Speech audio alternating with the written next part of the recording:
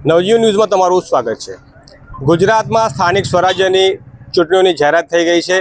અને નગરપાલિકા હોય, તાલુકા પંચાયત હોય કે જિલ્લા પંચાયત હોય, જે લોકોને ચૂંટણી લડવાની ઈચ્છા છે તેઓ ઉમેદવારી પત્રકના ફોર્મ ભરવા માટે જે નિયત કરવામાં આવેલી જે કચેરીઓ છે ત્યાં જઈ રહ્યા છે અને ત્યાંથી ફોર્મ લઈ રહ્યા છે અને હવે પછી ફોર્મ જમા કરાવવાની પ્રક્રિયા પણ થશે।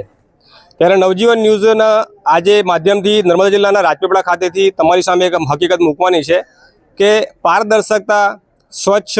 વાતાવરણમાં અને નિર્ભય રીતે ચૂંટણી યોજવાની જે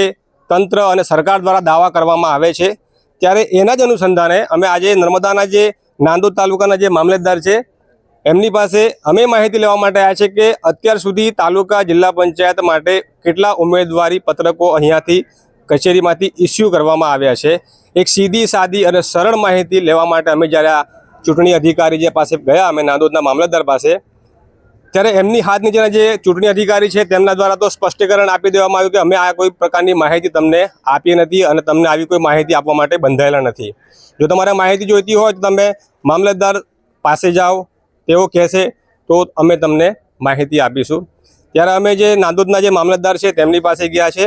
તેમને રજૂઆત કરી, તેમને કીધું કે હું પત્રકાર છું અને મીડિયા રિપોર્ટ્સ માટે આ માહિતી જોઈએ છે કે કેટલા ઉમેદવારી પત્રક અહીંયાથી આપવામાં આવ્યા છે। તો તેમના દ્વારા કહેવામાં આવ્યું કે આવી કોઈ માહિતી અમે આપતા નથી, ફોર્મ જે લોકો ભરી જશે, ફોર્મ જમા થઈ જશે તેની માહિતી અમે તમને આપીશું અને હાલમાં આવી કોઈ માહિતી તમને આપવાની અમને જરૂર લાગતી નથી। ત્યારે અહીંયા સવાલ એવો થાય છે કે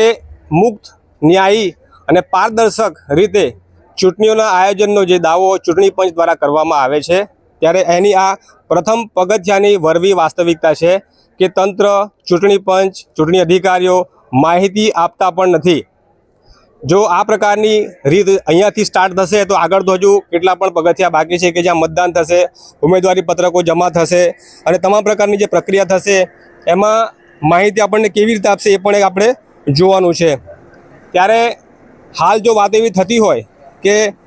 અહીંયા કોઈ માહિતી આપવાની જરૂર નથી તો પછી પારદર્શિકતાની વાત પણ